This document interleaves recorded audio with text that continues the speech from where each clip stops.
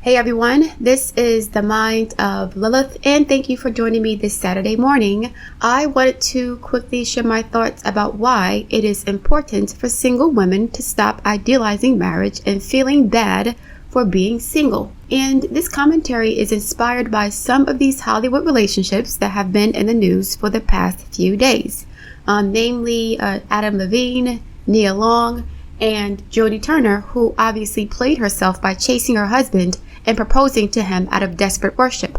I really want single women to stop envying married women or lamenting about not being married by a certain age, or at all, for that matter, right?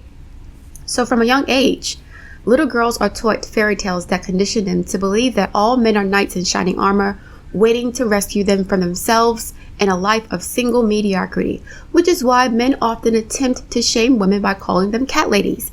And this is a metaphor for an old witch.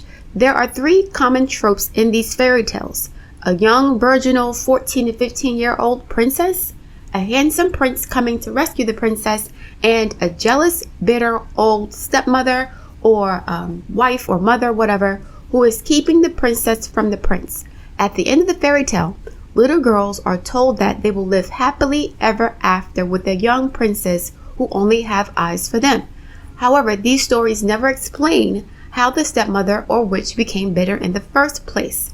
Perhaps the young prince is actually her husband, looking for a new young virgin to take advantage of. And why would she be happy about that? What's interesting is that although the stepmothers and witches are depicted as evil, they usually do things to preserve the purity of their virgin stepdaughters by either locking them away in towers, breaking them down with slavery, or putting them into a deep sleep just long enough for the young prince to rescue them before they get too old and bitter like their stepmothers.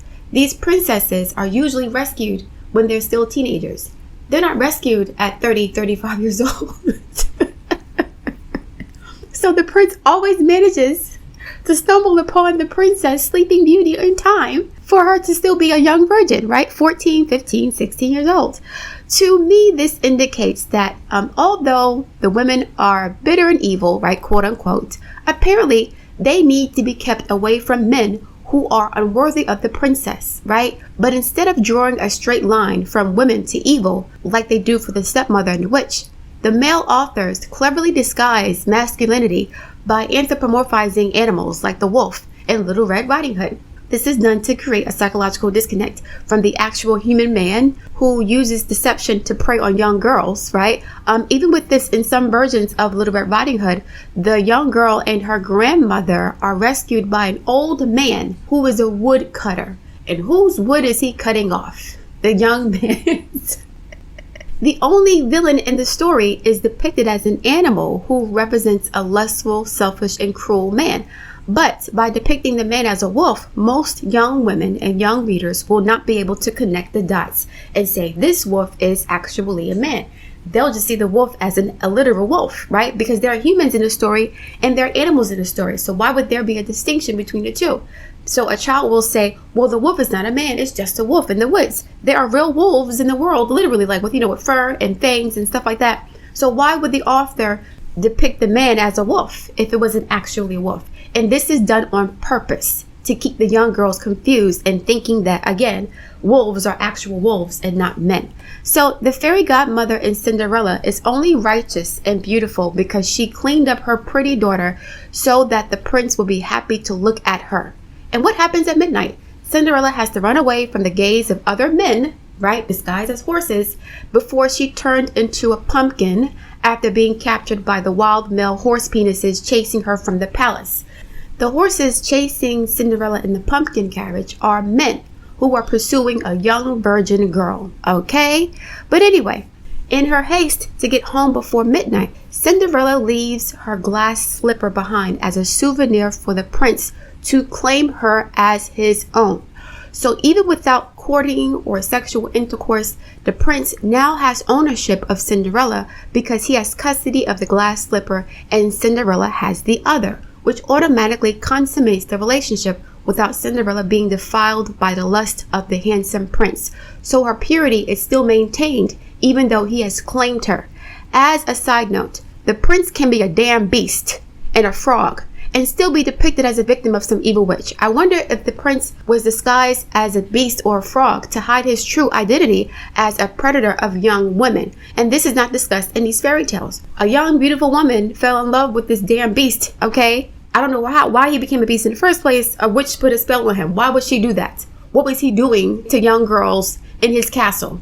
To the point where somebody had to take matters into their own hands and turn them into an ugly thing to stop him from feeding on young virgins. As I got older, the Beast in Beauty and the Beast reminded me of Count Dracula, who sucks the blood of people and women in general to sustain itself. I wouldn't be surprised if there was a connection with the two stories. But anyway, I say all this to say, once a woman is no longer pure in the eyes of man because she has been conquered and defiled by his lust in his penis, she is not as desirable to him.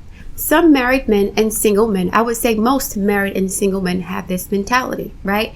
Now, it's not to say that all men are cheaters who use women. There are some amazing husbands, boyfriends, and fathers who are righteous, fair, disciplined, nurturing, selfless, and supportive. But in this world, mankind places a premium on the virgin, the Madonna who has not been desecrated by their penis.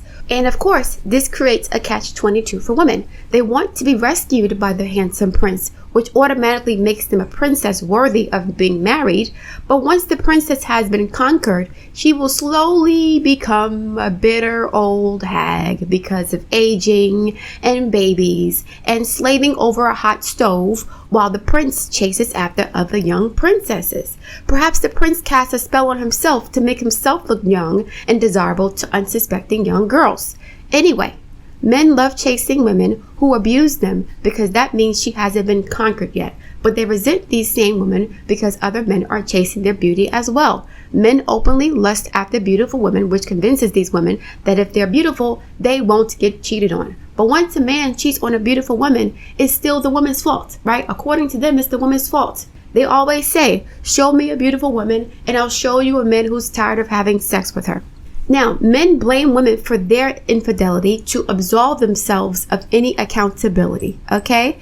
And they do this also to weaponize other women against each other, which causes us women to compete with each other while keeping us on a psychological treadmill, running away from time and age and familiarity and the support of other women in an effort to finally catch our man by being loyal and selfless and attractive, right? But what these men don't tell women, who they're shaming, is that they don't even respect most of the women they sleep with. They resent their wives for trapping them, and they will only get married if it benefits them financially, emotionally, sexually, and socially. This is why 80% of divorces are initiated by women, because they learned that their happily ever after was just a fantasy, and Cinderella has turned into a pumpkin in her own home. These men need to stop acting like marriage will protect young women from getting cheated on. Most marriages fail because of cheating and finances. Over time, spouses get bored with each other and look for excitement. So some of them become swingers with other married couples, or they prey on single folk who they look down on for not being happily married just like them. So when men fail to take accountability and responsibility for their roles in relationships failing, this is their way of always putting the onus on women to perform and meet their standards. So the only reason why this happened is because you didn't do this and you didn't do that. And you look like this, and you're old now, and you've changed, and you become this, you become that, you're bitter, whatever. There's so many excuses for why these men cheat, but they won't tell you that they'll cheat on you regardless of how you look. They'll cheat on you regardless of how loyal you are. They'll cheat on you regardless of how young you are or old you are. They will cheat on you regardless. Why? Because that is their nature. Not all men, right? Some men have been domesticated and they value and respect their wives.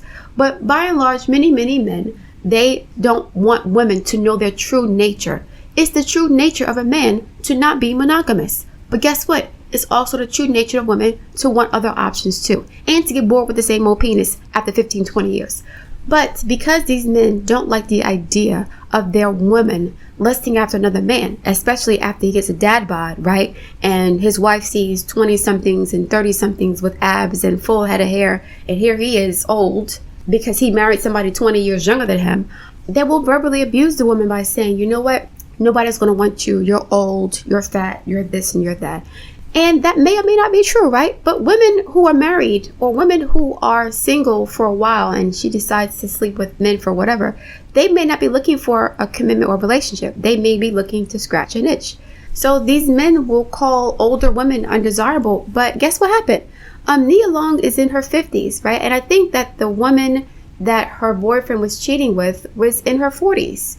If a woman keeps herself on point, she will never be out of options. Okay. Now, the quality of those options will depend on her appearance and her social circle and her income bracket. But by and large, women want to exercise their options at some point, just like men do. They may not want to do it as much, but I guarantee that a 50-year-old divorcee with millions of dollars in her bank account is not trying to check for no 70-something-year-old man. That's not going to happen. She's going to want a young boy toy, because at that point, it's not about love and relationship as marriage. It's about getting her needs met, just like men are allowed to do. So men don't like women talking like that. They don't like the idea of a woman using them as a dildo. Okay? Only women are supposed to be blow-up dolls. Okay, let me get back focused here, right? So a lot of women think that being beautiful and young will guarantee them a life of security and love with a man. It will not. I remember watching a video a few weeks ago about this white lady talking about pretty privilege and how difficult it is to be a beautiful woman, because a lot of these men just want to use you as a trophy. So they don't care if you're compatible with them or not. They don't care if the relationship is toxic or not. They'll still hold on to you because you're attractive, and they'll work extra hard to keep you engaged with them because of the way you look. If you weren't as attractive, and they wouldn't work as hard to hold on to something as toxic. Now, that's a general blanket statement, but there is some truth to that statement. A lot of men will overlook a woman's flaws because of her appearance, and women do the same thing. A lot of women will look over a man's flaws because of how he looks. So pretty privilege can lead to toxicity. You saw this with Martell, Melody, and Arion. All three of these people are attractive, right? But all three of them put up with a lot more BS, in my opinion, because of that attractiveness. They were still sexually attracted to each other, Melody and Martell, up until the day they filed for separation. Even afterwards. Arion, the same thing with Martell. So I'm not saying that was the only motivation for them staying together. But anyway, a lot of these men want to convince women that all of their problems will be solved once they submit to a man in their 20s. They're saying once you get married to me and you're 25 years old or 24 years old, you will live happily ever after. I'm not going to get bored with you in my 40s or my 50s, because now I'm getting older and you're getting older, and I may be bored, right? Because I've been with you for 15 years now. Now you're 40 and I'm 50, right? I've been with you for 15 years straight. I'm still cute enough to get other women who are 25 years younger than me.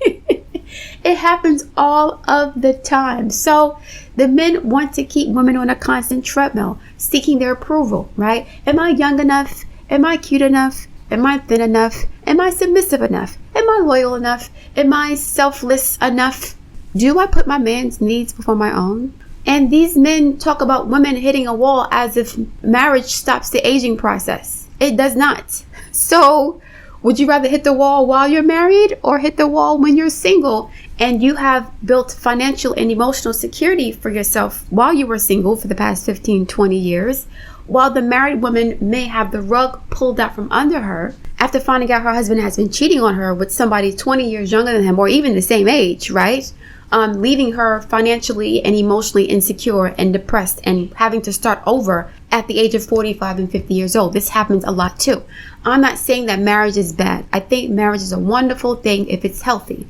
Being single is a wonderful thing if you're happy being single. But marriage is not the end all be all. And being single is not the end all be all. You have to do what's best for you and not allow society and men to shame you into wanting something that may not be in your best interest. A lot of women may think they want to be married, but by and large, they don't have the personality or temperament for marriage. A lot of older women get married after the age of 35, 40 years old, and then 20 years later, they get a divorce and they're like, I would never do it again. I wish I never did this. So many married couples say, I wish I waited, or I will never do this again. A lot of women who get divorced, they don't get remarried by choice. They don't want to be another man's slave in their golden years, okay? In their 50s and 60s and 70s, cooking and cleaning and taking care of a grown-ass man, doing laundry and doing everything by yourself as an old woman, while the man gets to be sick and lay up with his wife who has become his nurse, okay? As a matter of fact, most older women know that when they get sick, their husbands more than likely will leave them. There are studies that prove that when women get sick, their husbands leave them more than when men get sick.